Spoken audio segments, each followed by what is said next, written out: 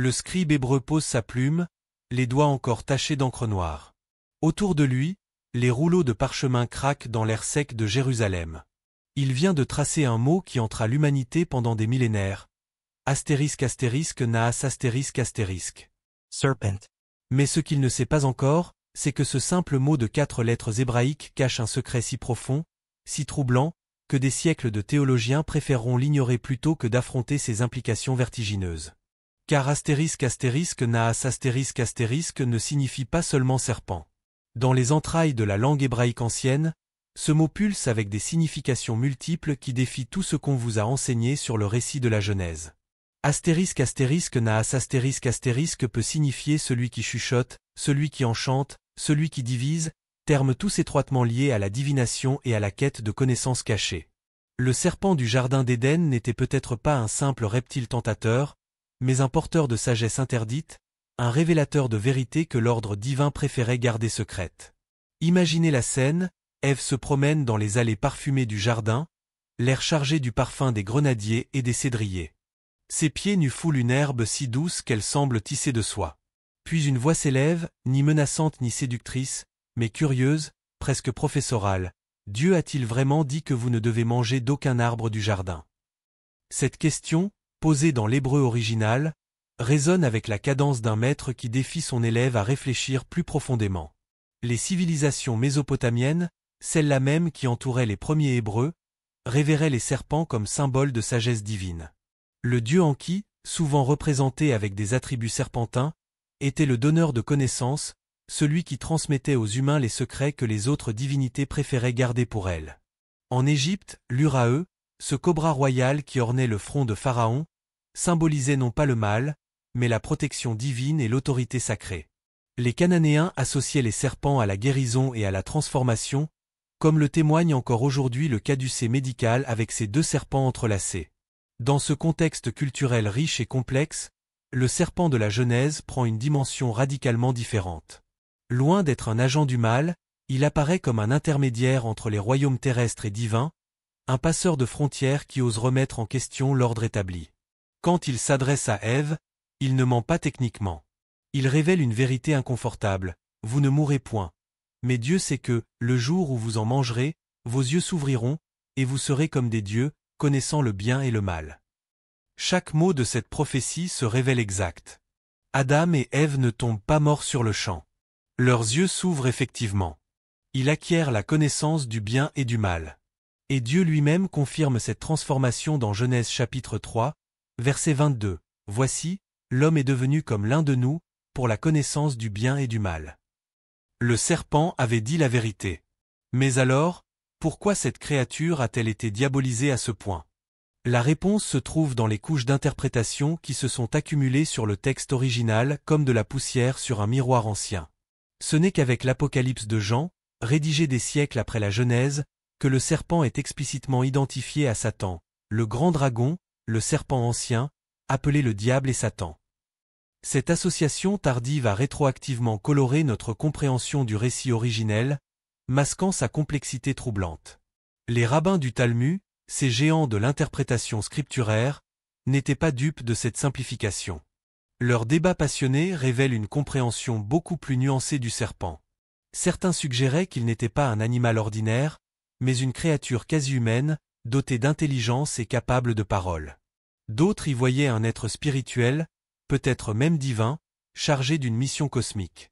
Le mot astérisque astérisque à Rome astérisque astérisque, utilisé pour décrire le serpent et souvent traduit par rusé, peut tout aussi bien signifier intelligent ou perspicace, des qualités neutres qui dépendent entièrement du contexte d'usage. L'odeur de l'encens d'oliban flotte dans les ruelles de Jérusalem tandis qu'un groupe de sages discute dans la pénombre d'une salle d'études. Leurs voix se mêlent dans un débat enflammé sur la nature véritable du serpent. Si Dieu avait voulu préserver Adam et Ève de toute connaissance, argumente l'un d'eux, sa barbe blanche tremblant d'émotion, pourquoi avoir placé l'arbre de la connaissance au centre même du jardin? N'était-ce pas plutôt une invitation déguisée, un test de curiosité intellectuelle? Cette question résonne à travers les siècles car elle touche au cœur d'un paradoxe théologique fondamental. Un Dieu omniscient ne pouvait ignorer que placer un arbre interdit au centre du jardin, à la portée de créatures curieuses, menait inévitablement à la transgression. Le serpent, dans cette optique, devient moins un tentateur qu'un catalyseur nécessaire, l'agent qui permet à l'humanité de franchir le seuil entre l'innocence et la conscience morale. Les manuscrits gnostiques découverts à Nag Hammadi au XXe siècle révèlent une tradition encore plus radicale. Dans certains textes gnostiques, le serpent est présenté comme un héros, un libérateur qui révèle à l'humanité les mensonges d'un dieu tyrannique.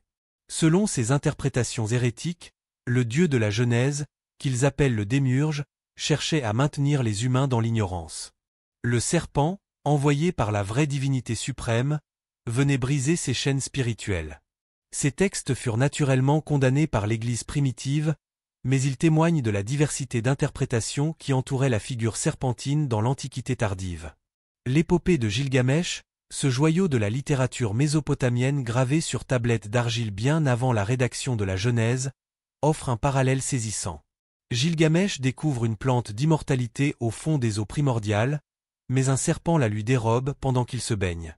Le reptile mue immédiatement, symbolisant sa renaissance et son renouveau. Ici, le serpent n'est pas un voleur malfaisant mais un agent de transformation cosmique, celui qui redistribue les dons divins selon un ordre supérieur. Les reliefs assyriens sculptés dans le palais de Nimrod montrent des génies et les tenants des serpents, symboles de sagesse et de pouvoir divinatoire. Ces créatures serpentines ne sont pas des démons mais des gardiens de connaissances sacrées, des intermédiaires entre les mondes visibles et invisibles. Les prêtres babyloniens consultaient des serpents sacrés pour leurs oracles, convaincus que ces créatures possédaient une intelligence prophétique supérieure à celle des humains ordinaires. En Égypte ancienne, dans les couloirs sombres des temples de Memphis, les serpents sacrés vivaient dans des jarres d'or, nourris par les prêtres avec des mets délicats. Le bruissement de leurs écailles contre la céramique précieuse accompagnait les rituels de divination. Ces serpents n'étaient pas craints mais vénérés, considérés comme des manifestations terrestres de la sagesse divine. Le pharaon lui-même portait l'Uraeu, ce cobra dressé qui symbolisait sa capacité à voir au-delà du voile des apparences. Cette révérence antique pour les serpents s'enracine dans l'observation de leur comportement unique. Contrairement aux autres animaux, ils muent périodiquement, abandonnant leur ancienne peau pour révéler une nouvelle enveloppe plus éclatante. Cette capacité de régénération en faisait des symboles naturels de renaissance spirituelle et de transformation intérieure. Ils incarnaient le processus même par lequel la conscience humaine évolue, laissant derrière elle ses anciennes limitations pour embrasser de nouvelles possibilités. Le mot hébreu astérisque naas astérisque partage étonnamment ses racines linguistiques avec des termes signifiant briller ou illuminer. Certains érudits suggèrent même des liens avec des mots décrivant des êtres lumineux, des créatures célestes plutôt que terrestres. Cette étymologie évoque l'image d'un serpent non pas rampant dans la poussière, mais rayonnant d'une lumière surnaturelle, peut-être même d'origine angélique. L'iconographie mésopotamienne regorge de représentations de serpents ailés ou auréolés, créatures hybrides qui transcendent les catégories ordinaires. Revenons au jardin d'Éden et observons attentivement la stratégie du serpent. Il ne force rien, ne menace personne, n'use d'aucune contrainte physique ou magique. Sa seule arme est la question, l'art du questionnement socratique appliqué à la théologie. Dieu a-t-il vraiment dit ? Cette approche pédagogique révèle un être plus intéressé par l'éveil de la conscience critique que par la corruption morale. Un véritable tentateur aurait multiplié les promesses fallacieuses ou les menaces voilées. Le serpent se contente de semer le doute intellectuel, cette graine de toute véritable réflexion philosophique. La réponse d'Ève révèle elle aussi des nuances souvent négligées. Elle ne cède pas aveuglément à la persuasion serpentine. Au contraire, elle examine soigneusement l'arbre, évalue ses fruits, pèse les arguments présentés. Le texte hébreu précise qu'elle vit que l'arbre était bon à manger, agréable aux yeux, et qu'il était précieux pour ouvrir l'intelligence. Cette dernière expression est cruciale. Masquille le terme hébreu, évoque l'acquisition de sagesse pratique, de discernement moral. Ève fait un choix délibéré, éclairé, presque scientifique dans sa méthodologie. Adam, souvent oublié dans cette analyse, joue un rôle paradoxalement plus passif. Il reçoit le fruit des mains d'Ève et en mange sans poser de questions, selon l'expression talmudique. Cette différence de comportement entre les deux premiers humains soulève des questions intrigantes sur les rôles de genre dans la quête de connaissance et sur la nature de la responsabilité morale partagée. Les conséquences de cet acte dépassent largement la simple désobéissance. L'acquisition de la connaissance du bien et du mal transforme fondamentalement la nature humaine. Avant la transgression, Adam et Ève existaient dans un état d'innocence morale, non pas parce qu'ils étaient purs, mais parce qu'ils ne possédaient pas les catégories conceptuelles nécessaires pour distinguer entre le bien et le mal. Leur obéissance était mécanique, instinctive, dépourvue de la dimension éthique qui caractérise l'action véritablement morale. Après avoir mangé le fruit, ils deviennent des agents moraux authentiques, capables de choix éthiques conscients. Cette transformation, si elle entraîne effectivement la souffrance et la mortalité, ouvre également la voie à toutes les réalisations spirituelles et intellectuelles de l'humanité. L'art, la philosophie, la science, la mystique, tous ces accomplissements découlent de cette capacité nouvellement acquise de distinguer, choisir, créer du sens. Le châtiment du serpent mérite également une analyse approfondie. Condamné à ramper sur son ventre et à manger la poussière, il subit une dégradation symbolique plutôt qu'une destruction pure et simple. Cette punition évoque moins une condamnation éternelle qu'une neutralisation temporaire, comme si le serpent conservait son essence mais voyait son pouvoir d'intervention directe dans les affaires humaines considérablement réduit. Cette interprétation trouve un écho inattendu dans le livre des Nombres, où Moïse érige un serpent d'airain pour guérir les Israélites mordus par des serpents venimeux dans le désert. L'ironie est saisissante. La même créature qui causa la chute dans la Genèse devient instrument de salut dans l'Exode. Cette dualité n'est pas accidentelle, elle reflète la complexité intrinsèque du symbole serpentin dans la pensée hébraïque. Jésus lui-même évoque cette image dans l'Évangile selon Jean, chapitre 3, verset 14, et comme Moïse éleva le serpent dans le désert, il faut de même que le Fils de l'homme soit élevé. Cette analogie christologique relie explicitement le serpent d'airain à la crucifixion, suggérant que le serpent peut servir d'instrument de rédemption autant que de chute. Le symbole révèle ainsi sa nature paradoxale, destructeur et guérisseur, tentateur et révélateur, agent de mort et de renaissance. Les traditions mystiques juives développent encore davantage cette ambivalence. La Kabbale évoque le ** Nahash Akadmon **, le serpent primordial, comme une force cosmique nécessaire à l'équilibre de l'univers. Sans lui, argumentent les kabbalistes, l'humanité serait restée dans un état de perfection statique, incapable d'évolution spirituelle. Le serpent représente le principe de contradiction créatrice, l'élément perturbateur sans lequel aucune croissance n'est possible. Cette perspective trouve des résonances inattendues dans la philosophie moderne. Hegel, avec sa dialectique de la thèse et de l'antithèse générant la synthèse, aurait sans doute reconnu dans le serpent de la Genèse un parfait exemple de négativité productive. Jung, explorant les archétypes de l'inconscient collectif, identifie le serpent comme un symbole de transformation psychologique, l'agent qui force l'individu à abandonner ses illusions confortables pour affronter la complexité du réel. Mais revenons aux sources anciennes et explorons les parallèles cananéens qui ont pu influencer la rédaction de la Genèse. Les textes d'Ougarie, cette cité antique dont les archives ont révolutionné notre compréhension du Proche-Orient ancien, mentionnent l'Otan, un serpent marin primordial associé au chaos créateur. Ce Lotan n'est pas un ennemi à détruire définitivement, mais une force à maîtriser pour que l'ordre cosmique puisse émerger. Le combat entre Baal et Lotan ne se termine pas par l'annihilation du serpent, mais par son intégration dans l'harmonie universelle. Cette mythologie cananéenne éclaire d'un jour nouveau la malédiction du serpent dans la Genèse. Plutôt qu'une condamnation éternelle, elle pourrait représenter une domestication symbolique, la transformation d'une force chaotique en élément d'équilibre cosmique. Le serpent continue d'exister, mais son mode d'action change radicalement. Les manuscrits de la mer morte, découverts dans les grottes de Qumran, contiennent plusieurs textes qui revisitent l'épisode du Jardin d'Éden. Le * livre des jubilés * présente une version où le serpent parle initialement comme les autres animaux, mais perd cette capacité après la transgression. Cette tradition suggère que le serpent était originellement intégré dans l'ordre naturel du jardin, et que sa malédiction marque moins une punition qu'une transformation de statut ontologique. L'analyse linguistique révèle d'autres subtilités fascinantes. Le terme * et Rome * utilisé pour décrire la nudité d'Adam et Ève avant la chute partage la même racine que * Arome *, l'intelligence rusée du serpent. Cette assonance n'est certainement pas fortuite dans un texte aussi sophistiqué que la Genèse. Elle suggère un lien profond entre la conscience corporelle et la conscience morale, entre la vulnérabilité physique et l'éveil intellectuel. Avant leur transgression, Adam et Ève étaient ** érumim ** nus, sans en éprouver de honte. Cette nudité symbolise un état de transparence absolue, d'authenticité dépourvue de dissimulation.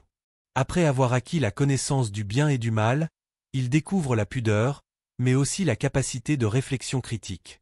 Le serpent ** arôme ** rusé, intelligent, leur transmet sa propre qualité cognitive, les faisant passer de la transparence innocente à la complexité consciente.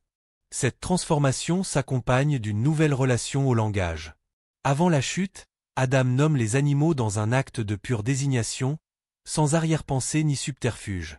Après la transgression, le langage devient un outil de justification et de dissimulation. Adam accuse Ève, et indirectement, Dieu lui-même, la femme que tu as mise auprès de moi, tandis qu'Ève rejette la responsabilité sur le serpent. La parole, don divin par excellence, révèle son potentiel destructeur autant que créateur. Le serpent, premier utilisateur de la parole persuasive dans le récit biblique, inaugure ainsi l'art de la rhétorique. Sa question initiale, « Dieu a-t-il vraiment dit ?» contient en germe toute la tradition sophistique grecque, toute la dialectique rabbinique, toute la théologie critique moderne. En ce sens, il n'est pas seulement le tentateur, mais aussi le premier philosophe, celui qui ose interroger les fondements de l'autorité et de la vérité révélée. Cette dimension philosophique du serpent trouve des échos surprenants dans la littérature sapientiale biblique. Le livre de Job, avec sa remise en question radicale de la justice divine, adopte une approche similaire à celle du serpent. Il use de questions provocantes pour ébranler les certitudes théologiques confortables. L'Ecclésiaste, avec son scepticisme méthodique, vanité des vanités, tout est vanité, poursuit cette tradition de questionnement critique inaugurée dans le Jardin d'Éden. Les proverbes eux-mêmes, tout en prônant la sagesse conventionnelle, reconnaissent la valeur pédagogique du doute et de la controverse. Le fer aiguise le fer, ainsi un homme excite la colère de son ami, proclame le chapitre 27, verset 17. Cette métaphore métallurgique évoque le processus par lequel la contradiction affûte l'intelligence, préparant l'esprit aux défis intellectuels complexes. Dans cette perspective, le serpent de la Genèse apparaît moins comme un adversaire que comme un partenaire dialectique nécessaire. Sans sa provocation initiale, l'humanité serait restée dans un état de minorité intellectuelle, pour reprendre l'expression kantienne. Olof Clarin, Les Lumières, commence au Jardin d'Éden avec cette première question critique qui ose remettre en cause l'autorité établie. Les traditions islamiques offrent une perspective complémentaire fascinante. Dans le Coran, le serpent n'apparaît pas explicitement dans le récit de la chute, qui implique directement Satan, Iblis, sans intermédiaire animal. Cette absence permet aux commentateurs musulmans de développer des interprétations où le serpent représente l'aspect le plus subtil de la tentation. Non pas la séduction grossière, mais l'appel à l'orgueil intellectuel, le désir de connaissance qui transcende les limites fixées par la révélation divine. Ibn Arabi, le grand mystique andalou, voit dans l'épisode du serpent une nécessité cosmique. Selon sa doctrine de l'unité de l'être, ** wada al-wuju **, chaque événement, même apparemment négatif, participe de la perfection divine. La chute d'Adam devient ainsi une chute vers le haut, un processus par lequel la conscience divine s'actualise à travers l'expérience humaine de la dualité et de la réconciliation. Cette interprétation mystique rejoint curieusement certaines traditions gnostiques chrétiennes. Pour Valentin et ses disciples, le monde matériel résulte d'une chute originelle qui est simultanément une nécessité salvifique. Le serpent, dans cette optique, joue le rôle du ** psychopompe **, le guide des âmes qui conduit l'humanité hors de l'ignorance vers la gnose libératrice. Mais n'oublions pas les dimensions plus terre à accent grave-terre de ce récit. L'agriculture naît symboliquement avec l'expulsion du Jardin d'Éden. Two mangers ton pain à la sour de ton front, proclame la sentence divine à Adam. Cette malédiction apparente marque en réalité la naissance de la civilisation humaine. Sans la nécessité du travail, l'humanité n'aurait jamais développé ses techniques, ses arts, ses sciences. Le serpent, en provoquant cette expulsion, devient indirectement le père de tous les progrès techniques et culturels. L'enfantement dans la douleur, châtiment d'Ève, révèle une dimension similaire. La souffrance de l'accouchement accompagne le miracle de la création de vie nouvelle. Cette dialectique de la douleur et de la création traverse toute l'expérience humaine. L'artiste souffre pour enfanter son œuvre, le savant lutte contre l'ignorance pour faire naître la découverte, le saint combat ses passions pour donner naissance à sa sainteté. En ce sens, les malédictions divines qui suivent la transgression s'avèrent être des bénédictions déguisées, des défis qui stimulent le développement des potentialités humaines. Le serpent, catalyseur de cette transformation, mérite peut-être moins notre condamnation que notre reconnaissance complexe et ambiguë. L'iconographie chrétienne médiévale témoigne de cette ambivalence persistante. Dans de nombreuses représentations de la tentation, le serpent possède un visage humain, souvent féminin, d'une beauté troublante. Cette anthropomorphisation suggère que la tentation ne vient pas d'une altérité radicale, mais de dimensions profondes de notre propre nature. Le serpent extérieur révèle le serpent intérieur, cette part de nous-mêmes qui refuse les limites et aspire à transcender sa condition. Michel-Ange, dans la chapelle Sixtine, peint un serpent au corps de femme enroulé autour de l'arbre de la connaissance. Cette androgynie symbolique évoque la complétude primordiale que l'humanité a perdue avec la chute et qu'elle s'efforce de retrouver à travers l'art, l'amour et la spiritualité. Le serpent-femme de Michel-Ange n'est pas simplement la tentatrice, mais l'anima gingienne, la part féminine de l'âme masculine qui guide vers l'individualisation. Dante, dans sa Divine Comédie, place le serpent au plus profond de l'enfer, mais cette position extrême révèle paradoxalement son importance cosmique. Satan, emprisonné dans la glace du 9e cercle, ne peut plus agir directement sur le monde. Cette impuissance finale suggère que le rôle du serpent tentateur était temporaire, limité à la phase initiale de l'évolution spirituelle humaine. Les alchimistes médiévaux et renaissants développent une symbolique serpentine particulièrement riche. L'Ouroboro, ce serpent qui se mord la queue, représente la cyclicité éternelle, la mort et la renaissance perpétuelle qui caractérisent aussi bien les processus naturels que les transformations spirituelles. Dans cette tradition hermétique, le serpent n'est plus l'ennemi de la gnose, mais son véhicule privilégié. Le * serpent mercurii * des traités alchimiques incarne le principe de dissolution nécessaire à toute régénération. Sans la phase de * nigredo *, la putréfaction symbolique, aucune transmutation n'est possible. Le serpent mercuriel détruit les formes périmées pour permettre l'émergence de structures nouvelles, plus parfaites. Cette fonction dissolvante rappelle étrangement le rôle du serpent genésique, destructeur d'un ordre innocent mais statique, créateur d'un devenir complexe mais fécond. Paracelse, médecin et alchimiste suisse, voit dans le serpent d'airain de Moïse une anticipation de tous les remèdes homéopathiques. Ce qui empoisonne à forte dose guérit à dose infinitésimale. Cette intuition pharmacologique rejoint la fonction ambivalente du serpent biblique, toxique par ses conséquences immédiates, thérapeutique par ses effets à long terme sur l'évolution de la conscience humaine. La Renaissance redécouvre également les traditions hermétiques de l'Antiquité tardive, où les serpents jouent des rôles complexes de gardiens initiatiques. Les mystères d'Éleusis, les cultes mithriaques, les gnoses valentiniennes, toutes ces spiritualités alternatives reconnaissent dans les symboles serpentins des clés de compréhension cosmique. Le serpent garde les seuils, mais pour les franchir, non pour les condamner définitivement. Cette fonction liminale explique peut-être pourquoi le serpent apparaît si souvent au moment de transition dans la Bible. Outre l'épisode genésique et le serpent d'airain mosaïque, on trouve des serpents lors de la confrontation entre Moïse et Pharaon, la verge transformée en serpent, dans les visions d'Ézéchiel, les créatures serpentines du char divin, dans l'Apocalypse, le dragon des temps eschatologiques. Chaque apparition serpentine marque un tournant décisif dans l'histoire du salut. Paul, dans l'Épître aux Corinthiens chapitre 11, verset 3, évoque la ruse du serpent qui séduisit Ève par ses subtilités. Le terme grec * panourgia * traduit par ruse, peut également signifier habileté universelle ou intelligence polymorphe. Cette polyvalence sémantique suggère que Paul lui-même reconnaît la complexité du personnage serpentin, irréductible à une simple malveillance. Les pères de l'Église développent des interprétations contrastées. Origène, avec sa tendance allégorique, voit dans le serpent une image de la sensualité débridée qui détourne l'âme de la contemplation divine. Mais cette lecture morale coexiste chez lui avec une compréhension plus subtile. Le serpent représente aussi la nécessité pédagogique de passer par l'erreur pour accéder à la vérité. Comme le fer rouge trempe l'acier, l'épreuve de la tentation fortifie la vertu authentique. Saint Augustin, dans ses Confessions, évoque sa propre période serpentine, ces années de jeunesse où les questions hérétiques le détournèrent temporairement de la foi orthodoxe. Mais il reconnaît rétrospectivement que ces errements intellectuels furent nécessaires à la maturation de sa pensée théologique.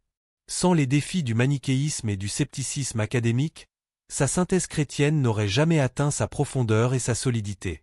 Cette dimension autobiographique révèle une vérité psychologique profonde. Chaque individu doit affronter son propre serpent intérieur, cette voix qui remet en question les certitudes héritées et force à une appropriation personnelle de la vérité. L'adolescence, avec sa révolte caractéristique contre l'autorité parentale et sociale, répète à l'échelle individuelle le drame cosmique du Jardin d'Éden. Les mouvements piétistes protestants des XVIe et XVIIe siècles redécouvrent cette dimension expérientielle du récit biblique. Pour Jacob Böhme, le cordonnier mystique de Görlitz, chaque âme doit traverser sa propre chute pour accéder à la véritable régénération spirituelle. Le serpent devient ainsi un initiateur nécessaire, celui qui révèle à l'âme sa propre finitude et sa dépendance à l'égard de la grâce divine. Cette psychologisation du mythe genésique trouve son apogée chez les romantiques allemands. Novali, dans ses fragments, évoque la nécessité divine de la chute comme condition de toute véritable élévation spirituelle. Schelling développe une philosophie de la nature où la négativité, symbolisée par le serpent, joue un rôle créateur indispensable dans le développement de l'absolu. Hegel, dans sa phénoménologie de l'esprit, fait du récit d'Adam et Ève une parabole de l'évolution de la conscience humaine.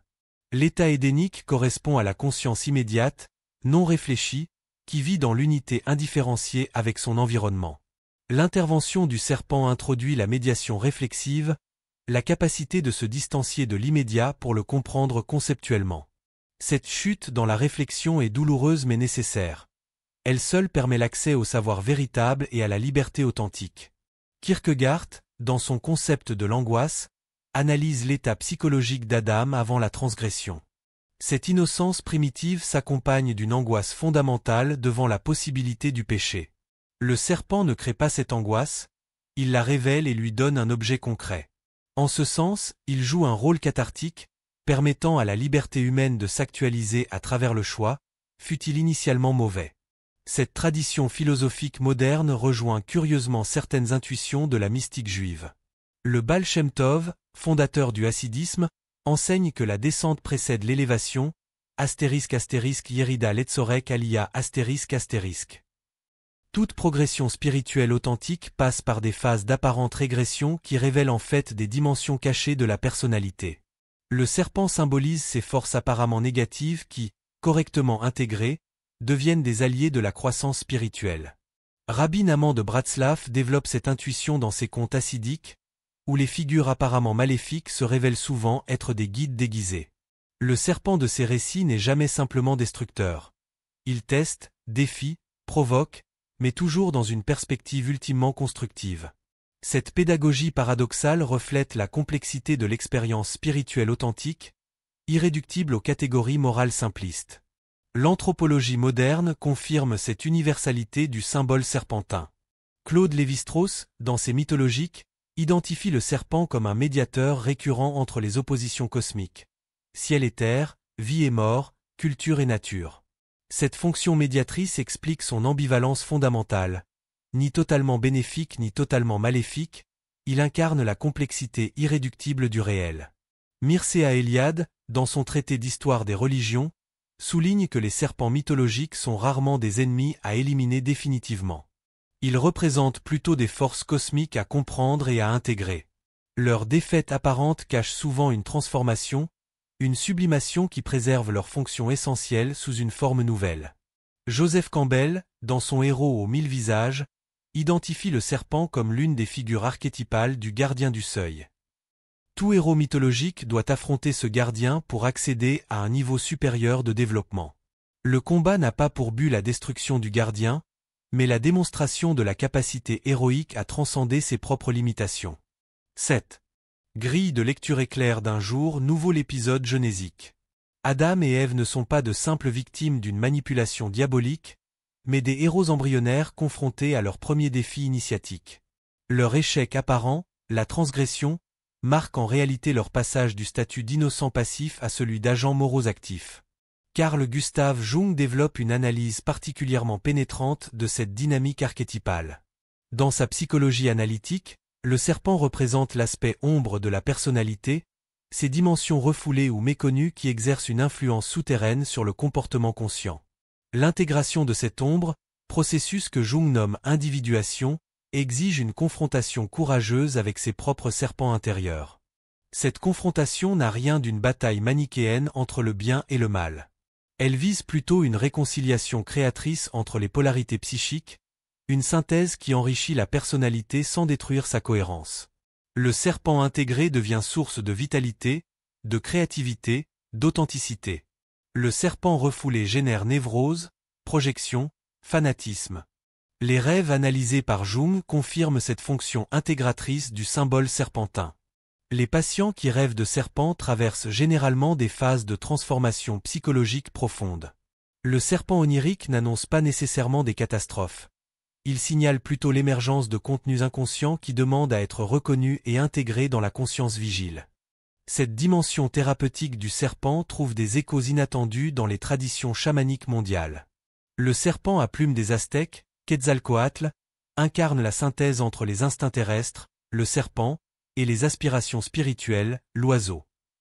Cette figure composite suggère que l'évolution spirituelle ne consiste pas à nier la dimension serpentine de l'existence, mais à l'élever vers des expressions plus raffinées. Les traditions tantriques hindoues développent une symbolique similaire avec la Kundalini, cette énergie serpentine levée à la base de la colonne vertébrale. L'éveil de cette force, loin d'être redoutable, constitue l'objectif suprême de la pratique yogique. La Kundalini éveillée s'élève le long des chakras, transformant progressivement la conscience ordinaire en conscience cosmique. Cette valorisation positive de l'énergie serpentine contraste frappamment avec les interprétations chrétiennes conventionnelles du récit genésique. Elle suggère que la tradition judéo-chrétienne a peut-être perdu certaines dimensions de sa propre sagesse symbolique, dimensions que d'autres cultures ont préservées et développées. Pourtant, même dans le christianisme, des courants minoritaires ont maintenu une compréhension plus nuancée du serpent biblique. Les mystiques rénants du XIVe siècle, Maître Écart en tête, évoquent parfois la nécessité de remercier le diable pour son rôle involontaire dans l'économie du salut. Sans la chute, argumente-t-il, l'incarnation rédemptrice n'aurait pas eu lieu. Le serpent devient ainsi, paradoxalement, un collaborateur inconscient de la providence divine. Cette théologie paradoxale trouve son expression la plus audacieuse dans l'antique hymne pascal, « O felix culpa caetalem assetantum meruiaber redemptorem ». Ô heureuse faute qui nous a mérité un tel et si grand rédempteur.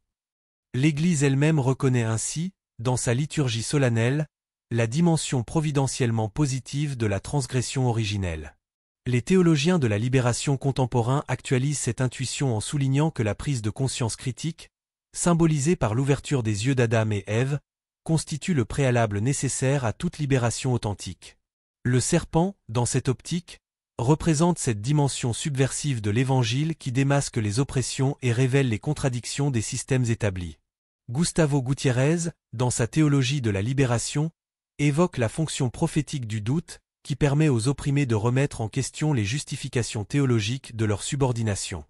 Cette herméneutique du soupçon, inaugurée par le serpent genésique, traverse toute la tradition biblique prophétique jusqu'aux paroles révolutionnaires de Jésus. Leonardo Boff développe une écothéologie où le serpent symbolise la sagesse tellurique, cette intelligence de la terre que la civilisation technicienne a oubliée et méprisée. La réconciliation avec cette dimension serpentine de l'existence devient une condition de survie écologique pour l'humanité contemporaine.